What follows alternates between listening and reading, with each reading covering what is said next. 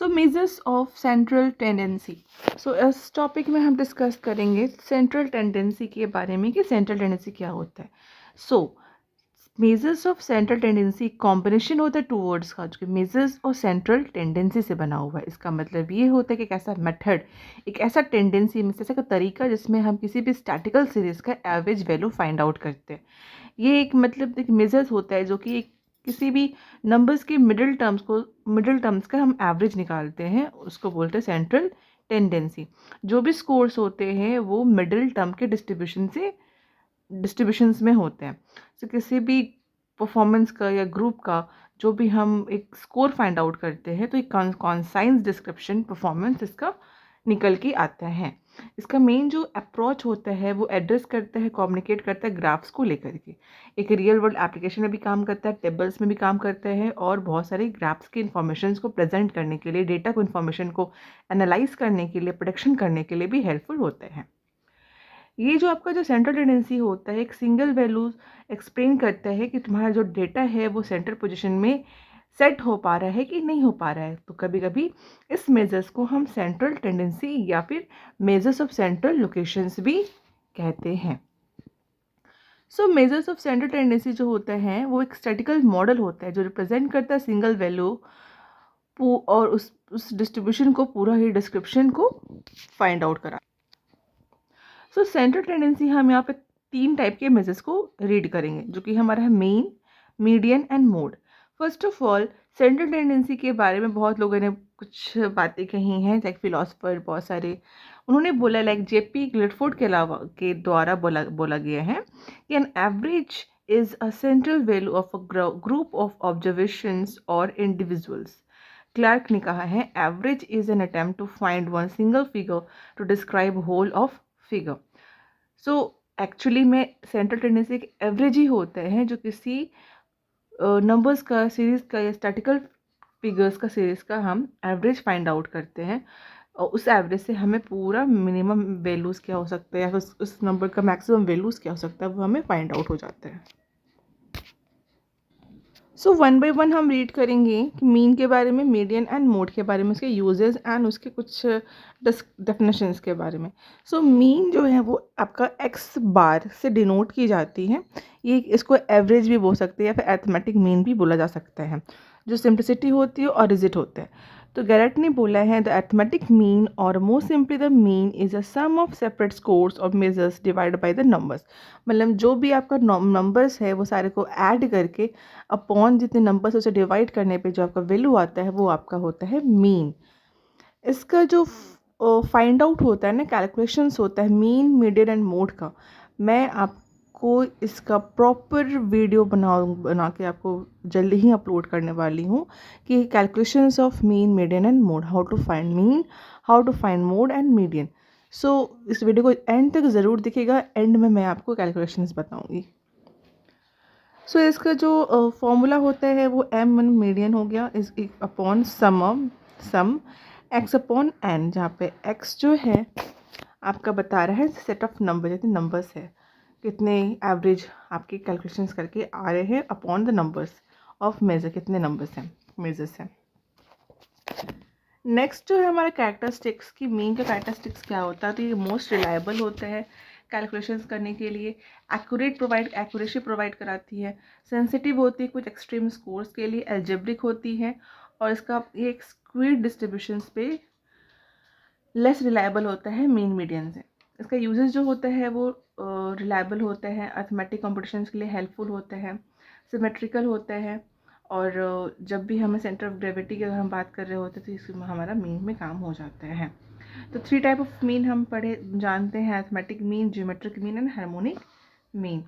2 तरह से हम इसको मेथड को मेजर्स कर सकते हैं, जो हमारा डायरेक्ट लॉन्ग मेथड है और दूसरा है हमारा शॉर्ट या फिर एज्यूम्ड मेथड। नेक्स्ट है हमारा मीडियन। तो मीडियन क्या होता है, एक पोजीशन एवरेज होता है, इसमें हम वैल्यू डिटरमाइन करते हैं पोजीशन के हिसाब से।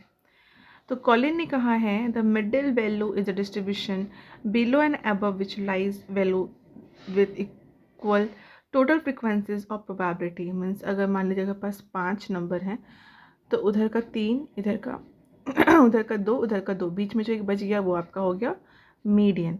डी पैटरी ने बोला है as a value of the middle item of a series arrange in ascending और descending order, as such it divides the series into two equal parts. तो मीडियन जो एक्चुअली होता है डिस्ट्रीब्यूशन होता है स्कोर का 50% केसेस में बिलो एंड आफ्टर, मतलब आगे का कुछ और पीछे का कुछ, और बीच में जो बचेगा वो आपका मीडियन होता है। इसका जो कैरेक्टरिस्टिक्स होते हैं कि ये वैल्यू जो होता है स्कोर प्रोवाइड कराता है सेपरेट टॉप एंड बॉटम के बीच को सेपरेट करके बीच का जो वैल्यू होता है वो आपका मीडियन वैल्यू होते हैं। सेंसिटिव नहीं होती हैं जस्ट लाइक अ मोड, जो कि सेंसिटिव होती है, रिजेक्ट भी नहीं होती है मीन की तरह।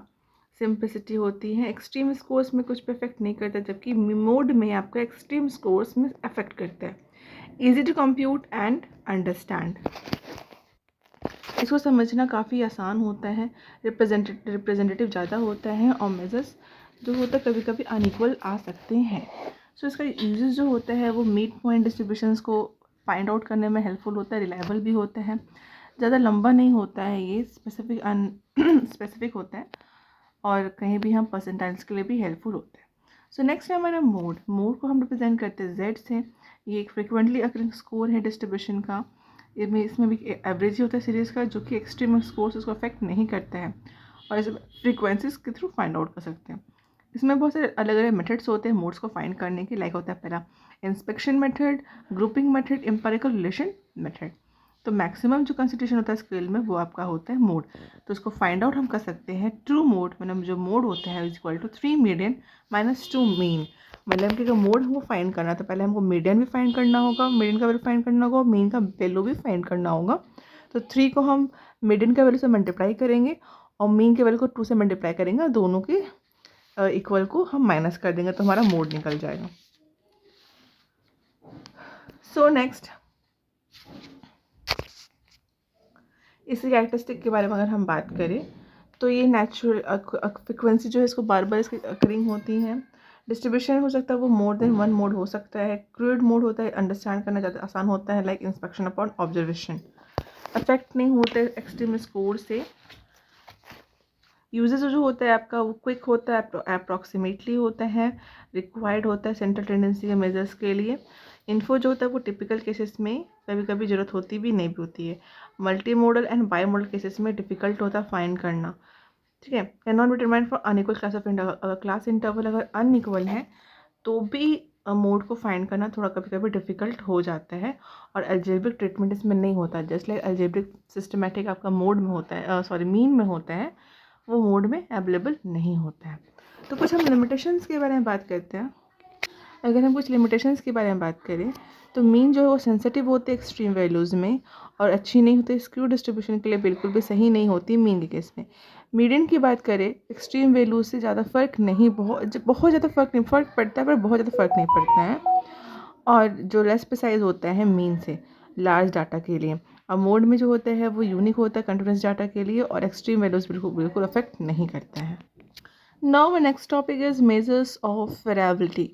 इसमें हम जो कवर करेंगे टॉपिक वो range, average deviation, quartile deviation, standard and deviation. तो इन चारों पॉइंट्स को हम कवर करेंगे वेरिएबिलिटी के अंदर। सो मेजर्स ऑफ वेरिएबिलिटी क्या होता है, इसको एक मेजर्स ऑफ स्प्रेड और डिस्पर्सन भी हम कहते हैं, जो कि हेल्प करता है रिसर्चर्स को फाइंड आउट करने के लिए स्कोर्स कितना ज़्यादा स्कैटर्ड हो चुका है आपका सेंट्रल टेंडेंसी में। वेरिएबिलिटी का मतलब ही होता है स्कैटर और स्प्रेड, जो कि हेल्पफुल होता है जो भी स्कोर आपका स्प्रेड हो गया है, स्कैटर हो गया है, उसको फाइंड आउट करने के डिस्ट्रीब्यूशंस में सेंट्रल टेंडेंसी फाइंड करने के लिए। So according to descend of education C V Good ने कहा है the scatter of variability of observations of distribution about some measures of central tendency. Collins ने कहा है स्टैटिस्टिक्स डिक्शनरी के हिसाब से dispersion is a spread of distribution. L Bowley ने कहा है dispersion is a measure of the variation of the item.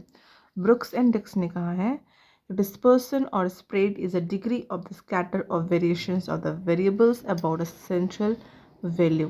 So इनके द्वारा ये डेफिनेशन हुआ वेरिएबिलिटी के बारे में। तो वेरिएबिलिटी की नीड क्या होती है, why it is needed, variability की नीड क्या होती है। ये हेल्प करता है आपका कितना डिग्री डेविएशन हुआ उसको फाइंड आउट करने के लिए डाटा में, एक्चुअल डाटा और प्रीवियस डाटा में डिफरेंस क्या हो रहा है उस डिग्री के हिसाब से उसको फाइंड आउट करने के लिए। जो मेजर्स मिला है स्टैंडर्ड टेंडेंसी के, उसके सप्लीमेंट इन्फॉर्मेशन को टेक आउट करने के लिए और फर्दर कैलकुलेशंस करने के लिए भी हेल्पफुल होता है. सो हम यहाँ पे 4 types of variability, measures of variability के बारे में पढ़ेंगे. जो फर्स्ट है हमारा रेंज. रेंज जो होता है एक डिफरेंस बिटवीन होता है, रेंज जो होता है एक डिफरेंस बिटवीन होता है किसी सीरीज़ का. मीन्स हायर वैल्यू कितना आ रहा है, लोअर वैल्यू कितना आ रहा है, उन दोनों का डिफरेंस क्या होता है, उसको बोलते हैं रेंज.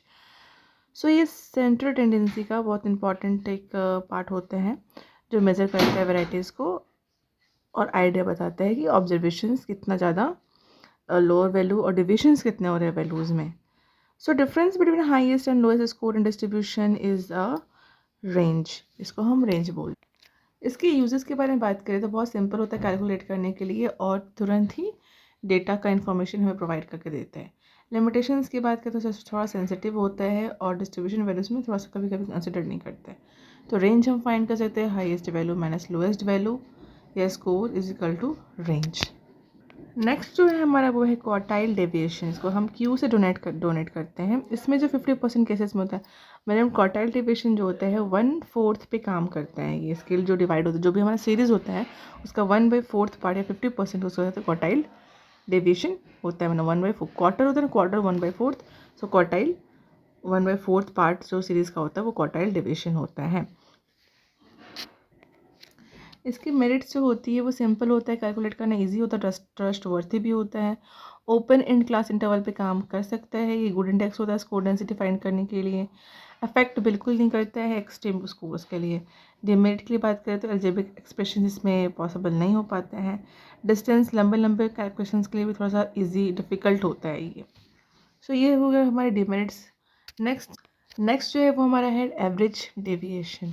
एवरेज डेविएशन जो होता है एक अरिथमेटिक मीन का ही पार्ट होता है जिसमें हम अलग स्कोर्स का मीन फाइंड करते हैं और उसके डेविएशंस को फाइंड आउट करने की हेल्प करते हैं कितना डिग्री वो डेविएट हुआ है. सो इसको उसको मीन डिवीजन भी, एवरेज डिवीजन को मीन डिवीजन भी कहते हैं. इससे नेगेटिव और पॉजिटिव साइंस होते हैं और डिविजन को पॉजिटिव भी एक्चुअली में लिया जाता है. तो ए डी मतलब average division is equal to sum of mode of X upon N. इसमें जो हम 2 सिचुएशंस में ए डिफाइन कर सकते हैं, पहले ग्रुप डाटा और अनग्रुप डाटा के हिसाब से. सो इसका जो मेरिट होता है वो अंडरस्टैंड करना काफ़ी ईजी होता है. रिजिड होती है just like a mean. Affect हो जाता है एक्सट्रीम स्कोर से, मतलब जो आपका मीन का जो होगा मेरिट्स डिमेरिट्स वो आपका एवरेज डिविजन में भी फॉलो करेगा. अगर हम इसे डिमेरिट्स की बात करें तो अलजेब्रिक साइंस इसमें थोड़ा ड्रॉबैक्स की तरह काम कर सकता है. लिमिटेशंस जो होता है स्क्वायर यूनिट्स में थोड़ा चैलेंजिंग हो जाता है ये. नेक्स्ट है हमारा स्टैंडर्ड डेविएशन. तो स्टैंडर्ड डेविएशन जो होता है हाईएस्ट स्कोर और लोएस्ट स्कोर का जो रेंज होता है वो हमारे तरह से हाइट स्टैंडर्ड डेविएशन होता है. इसमें मिडिल जो 50% मिडिल स्कोर होता है वो स्टैंडर्ड डेविएशन की तरह काम करता है. सो इसको हम सिग्मा से डिनोट करते हैं. तो सिग्मा स्क्वायर अगर होता है तो उसको वेरिएंसेस कहा जाता है और उसको सेकेंड मोमेंट डिस्पर्सन भी कहा जाता है. तो नेक्स्ट क्वेश्चन हमारा आता है कि what is second moment dispersion. तो स्टैंडर्ड डेविएशन को जब हम स्क्वायर करते हैं तो वो हमारा सेकेंड मोमेंट डिस्पर्सन बन जाता है. तो ये एक्सपेरिमेंटल वर्क होता है जो जनरली एक्सपेरिमेंटली काम आता है. तो ये भी रिजिड होते हैं, डिफिनिट होते हैं और ऑब्जर्वेशंस डाटा के लिए बहुत अच्छा बेस्ड होता है. अलजेब्रिक ट्रीटमेंट पॉसिबल होता है इसमें, मैथमेटिकल प्रॉपर्टीज़ का यूज़ होता है इसमें. डिमेरिट्स होती है कभी कभी थोड़ा सा डिफ़िकल्ट होता है समझना, इजी होता है कैलकुलेट करना इतना भी आसान नहीं होता है. सो लिमिटेशंस होते हैं वो ज़ीरो के अराउंड पॉसिबल नहीं हो पाता है. परसेंटेज वैल्यू थोड़ा सा मिसलीडिंग होता है, मतलब कभी कभी एरर आ सकता है. सो ये था हमारा मेजर्स ऑफ वेरिएबिलिटी के बारे में. नेक्स्ट टॉपिक जो है हमारा वो है कोरिलेशन. सो कोरिलेशन एक मेज़र होता है जो कि रिलेशनशिप मेंटेन करता है, बताता है स्टैटिकल्स का 2 वेरिएबल्स के बीच में क्या रिलेशन है, कैसा रिलेशन है, इंक्रीजिंग है, डिक्रीजिंग है, प्लस पॉजिटिव है, नेगेटिव है, ज़ीरो के इक्वल है या नहीं है. तो उसको हम बोलते हैं correlation. So according to English, correlation is a relationship or dependency. It is a fact that two things or variables are so related that change in one accompanied by the corresponding or parallel change in the other. So according to Ferguson, correlation is a concern with describing the degree of relation between two variables. According to Gluford, a coefficient of correlation is a single number that tells us what extent two things are related to what extent variation is one go with variation in the other. So according to Lathrop, correlation is joint relationship between two variables. So ये था हमारा definitions of correlations के बारे में, coefficient of correlation. Now the types of correlations are positive, negative and zero. So positive correlation are the variables जो कि आपका positive indications में शो करता है, जो कि इंक्रीजिंग हो रहा है फिर डिक्रीजिंग हो रहा है रिस्पेक्टिवली। और नेगेटिव वो होते हैं जो हमारा नेगेटिवली वो लोअर वैल्यू को स्पेसिफाई करते हैं। जैसे मान लीजिए एग्जांपल हो गया कि पॉपुलेशन इंक्रीज़ कर रहे हैं तो रिसोर्सेज रिड्यूस कर रहे हैं। अगर हम स्पीड को बढ़ाते हैं, स्पीड को अगर हम घटाते हैं तो टाइम टेकन इंक्रीज़ करेगा। तो ये सब हमारा है कि नेगेटिव कोरिलेशन। ज़ीरो, ज़ीरो तो जो जो जो किसी रिलेशन के बीच में कोई रिलेशन नहीं होते हैं, एक दूसरे से इफेक्ट नहीं करते हैं, वो हमारा होता है ज़ीरो रिलेशन। एग्जाम्पल कुकिंग और writing skills have no relation. Cooking और राइटिंग का कोई स्किल्स आपस में कोई भी संबंध नहीं है। हिस्ट्री का म्यूज़िक से कोई संबंध नहीं है। तो रिलेशन को रिलेशन का यूजेस क्या है? जो हम टेस्ट प्रिपेयर कर रहे हैं उसको हेल्प करने के लिए कोरिलेशन का यूज़ हो जाता है। वैलिडिटी ऑफ टेस्ट को फाइंड करने के लिए एजुकेशन गाइडेंस में हेल्प करता है, सिलेक्शन ऑफ सब्जेक्ट्स में हेल्प करता है। इंपॉर्टेंस होता है फील्ड ऑफ साइकोलॉजी के लिए इंपॉर्टेंट होता है रिलेशनशिप मेंटेन करने के लिए स्कोर्स का और अदर परफॉर्मेंस का। सो ये हमारा हो गया कोरिलेशन, किसी भी दो चीज़ों के बीच में क्या रिलेशन होता है वो हमारा होता है कोरिलेशन। नेक्स्ट अगर यूजर्स की बात करें तो प्रोटेक्शन के लिए अच्छा होता है, रिलायबिलिटी होता है, वैलिडिटी होते है, टेस्ट कंस्ट्रक्शंस अच्छा कराता है ये। सो नाउ कुछ मेथड्स होते हैं जिससे हम कोरिलेशन फाइंड कर सकते हैं। जो हमारा फर्स्ट है rank order method. Rank order method मतलब इसको हम स्पीयर्समैन रैंक ऑर्डर मेथड भी स्पीयर्समैन रैंक ऑर्डर भी कहते हैं। और सेकंड है हमारा प्रोडक्ट मोमेंट मेथड, जिसको हम पियर्सन मेथड भी कहते हैं। रैंक ऑर्डर मेथड को हम जो डिस्क्राइब करते हैं वो रो से करते हैं। सो रो को बना हुआ coefficient of correlation for rank difference हम हमारा सिंबल होता है। जो फॉर्मूला होता है 1 minus 6 whole sum D square upon N square minus 1। इसमें सिग्मा डी स्क्वायर जो होता है sum of square of differences in the rank होता है और एन जो रिप्रेजेंट नंबर ऑफ पेयर्स होता है। ये जो मेथड होते हैं, रैंक बताता है किसी डेटा का, डिफरेंसेस बताता है दो ऑब्जर्वेशंस के बीच में क्या डिफरेंसेस है, उसका रैंक कितने हैं, वो हमारा रैंक ऑर्डर मेथड होता है। इसके जो कैरेक्टरिस्टिक की बात करें तो ये बायरेटेड वेरिएबल्स होते हैं, ऑर्डिनल स्केल पे काम करते हैं और कोफिशिएंट जो है डायरेक्टली अफेक्ट नहीं करता रैंक डिफरेंसेस को। इसमें कुछ एजम्पशंस भी हैं। वीडियो को एंड तक ज़रूर देखिएगा। वीडियो पसंद आए तो लाइक से कमेंट ज़रूर कीजिएगा। जैसे कुछ एडवांटेजेस भी हैं, डिसएडवांटेजेस भी हैं। कैलकुलेशंस हम at the end next video में डिस्क्राइब करेंगे सारे कैलकुलेशंस को वन बाय वन। सो इस वीडियो में फिलहाल थ्योरी कवर करेंगे, नेक्स्ट वीडियो में हम सारे न्यूमेरिकल्स को फाइंड आउट करेंगे। सो एडवांटेज की बात करें तो एडवांटेज जो होता है वो बहुत इजी होता है इंटरप्रेट करना, एक्सेप्टेबल मेथड होता है, क्विकर होता है अंडरस्टैंड करना। डिसएडवांटेज तो जो इंटरवल होते हैं वो रैंक ऑर्डर में डिफरेंसेस में थोड़ा सा कभी कभी लॉस्ट हो सकता है और ये टीडीएस जॉब में थोड़ा सा बहुत लेंदी जॉब होता है। नेक्स्ट है हमारा प्रोडक्ट मेथड, इसको हम पीएसएन प्रोडक्ट मूवमेंट भी कहते हैं, जिसको हम डिस्क्राइब करते हैं आर से। इसका जो फॉर्मूला होता है R equal to sigma x1 minus X bar whole bracket close y1 minus Y bar bracket close upon n जो आर होता है product moment of correlation coefficient होता है, एक्स बार एक्स वाई जो होता है मीन होता है, S X and X Y जो स्टैंडर्ड डिविएशन होता है और एन जो होता है नंबर ऑफ ऑब्जर्वेशन होता है। सो ये जो मेथड होता है किसी भी वेरिएबल को कोवेरिएंसेस को फाइंड करने के लिए हेल्प करते हैं स्टैंडर्ड डिविएशंस के प्रोडक्ट के हेल्प से। सो कुछ इसके यूजेस भी है और एजम्पशंस भी हैं। आप वीडियो का स्क्रीनशॉट ले सकते हो। वीडियो को एंड तक ज़रूर देखिएगा। वीडियो पसंद है तो लाइक से कमेंट ज़रूर कीजिएगा। It has some advantages and disadvantages like it has little straightforward होता है, लीनियर रिलेशंस में हेल्प करता है फाइंड आउट करने के लिए। और डिसएडवांटेज बताया तो सेंसिटिव होता है थोड़ा, कभी कभी एक्सट्रीम वैल्यूज़ में ये कभी कभी मतलब कि डिसप्रोपोर्शनली काम नहीं करते हैं। सो हमारा नेक्स्ट टॉपिक है नॉर्मल कर्व, जिसको हम नॉर्मल प्रोबेबिलिटी कर्व भी बोलते हैं, NPC। सो ये NPC या नॉर्मल कर्व एक डिराइव्ड बाई होते हैं लैप्लेस या गॉस के से ये निकला हुआ है, जो कि कर्व ऑफ एरर भी कह सकते हैं। यहाँ पे एरर जो होता है मैडम सेंस ऑफ डिविजन के लिए काम किया गया है एक नॉर्मल वैल्यूज के लिए। सो ये एक गॉस जो साइंटिस्ट हैं उनके ऑनर पे इसको नाम ऑल्सो दिया गया गॉसियन कर्व। सो ये जो कर्व होता है रिप्रेजेंट करता है shape of class of statistical probabilities को हेल्प करता है। इसका जो यूज़ करता है वो नॉर्मल प्रोबेबिलिटी कर्व जो है इसको बेल कर्व भी बोला जाता है क्योंकि ये बेल की तरह ही काम करता है और बिल्कुल नॉर्मल होता है, टिपिकल डिस्ट्रीब्यूशंस पे काम करता है और इवेंट्स को मेजरमेंट करने के लिए हेल्प करता है कुछ लोअर टर्म पे और कुछ मिडिल टर्म पे और कुछ एक्सट्रीम्स पे। सो इसको NPC भी बोलते हैं, इसे गॉसियन कर्व प्रोबेबिलिटी, जो कि जर्मन मैथमेटिशियन गॉस पे इनका नाम रखा गया है। एक सिमेट्रिकल होता है बिल्कुल। पीक जो कर्व का जो पीक होता है वो एवरेज वैल्यू को डिनोट करता है और जो नीचे का टेल्स होते हैं वो कॉमन या एक्सट्रीम वैल्यूज़ को रिप्रेजेंट करते हैं। इसका फिगर आप देख सकते हो, सिग्मा 1 सिग्मा स्क्वायर 68.2%, 95.45%, 99.73%। ये गॉसियन कर्व भी इसको बोलते हैं। इसमें सिस्टमेटिक होता है जो एवरेज और मीन से बनता है, जो डिवाइड करता है एरियाज़ को 2 अलग अलग हाफ में। जो बड़ा एरिया होता है वो 1 होता है और स्टैंडर्ड और मीन डिविजन्स को डिनोट करता है।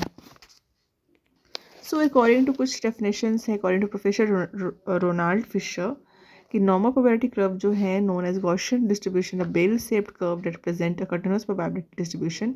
It is widely used in statistics and scientific research to model analyze various phenomena. So, according to Professor David Cox, the normal probability curve is a mathematical function that describes the distribution of a random variable. It is characterized by the mean and standard deviation and has several important properties, including symmetry and a 68 में 95 में 99.7 rule पे ही काम करता है। सो next है हमें professor Bradley Efron, a normal probability curve is a probability distribution that is widely used in statistical analysis to model a wide range of real world phenomenon such as the distribution of height, weights and IQ scores.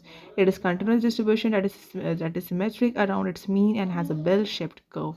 सो ये कुछ हमारा definitions था। Next हम बात करते हैं इसे कुछ कैरेक्टरिस्टिक्स के बारे में कि ये NPC जो है वो सिमेट्रिक होती है, बेल शेप्ड होती है, यूनी मॉडल होता है, नेक ही मॉडल पे काम करते हैं, एसिम्प्टोटिक होता है, एम्पिरिकल डिटरमाइन करने में हेल्प करते हैं, मीन एंड स्टैंडर्ड डिविजन्स पे थोड़ा इसका यूजेस हो जाता है।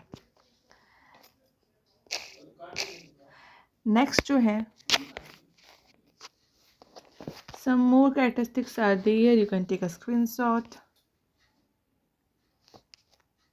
Now the uses of NPC का यूज़ क्या होता है, क्वालिटी कंट्रोल में हेल्प करता है, बायोस्टेक्स में हेल्प करता है, एजुकेशन टेस्टिंग्स में भी हेल्प करता है, risk find risk factor find करने में हेल्प करता है, साइकोमेट्रिक में भी हेल्प करता है, मशीन लर्निंग में, सोशल साइंस में भी इन सब का यूजेस होता है, आपका एप्लीकेशन होता है NPC का। लास्ट टॉपिक है स्टैंडर्ड स्कोर्स। स्टैंडर्ड स्कोर्स में हमारा Z score, T score and percentile, इन सारे टॉपिक्स को हम कवर करेंगे। सो स्टैंडर्ड स्कोर एक स्कोर होता है जो स्टैंडर्ड डेविएशन का ये पार्ट होता है ऑब्जर्वेशन के लिए, जो कि हेल्प करता है डिटरमाइन करने distance between standard deviation score and unit mean. Mean और स्टैंडर्ड डेविएशन के बीच के डिफरेंसेस को फाइंड करने के लिए हेल्प करते हैं, जो कि हम फाइंड कर सकते हैं Z स्कोर्स के थ्रू, T स्कोर्स के थ्रू और परसेंटेज के थ्रू हम फाइंड कर सकते हैं।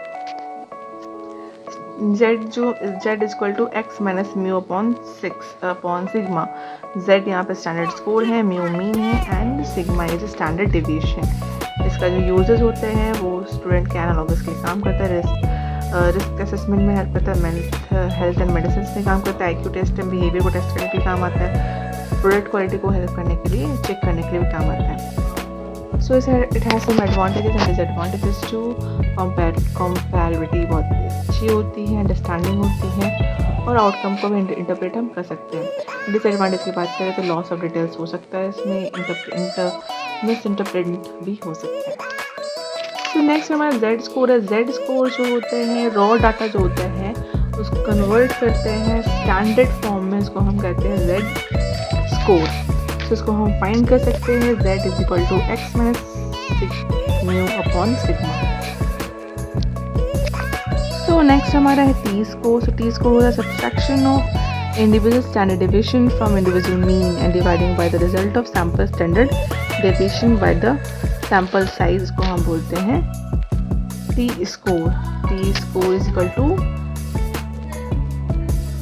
y minus mu upon s का power n. So what is the difference between z score and t score? So आप इसका स्क्रीनशॉट ले सकते हो. Application of T score and now the percentile के परसेंटाइल जो हमारे पॉइंट डिस्ट्रीब्यूशन होता है उसमें हम किसी भी का परसेंटेज निकालते हैं. सो इस वीडियो में फिलहाल इतना ही. मिलते हैं नेक्स्ट वीडियो के साथ. तब तक के लिए थैंक यू. एंड वीडियो पसंद आए तो लाइक से कमेंट ज़रूर कीजिएगा.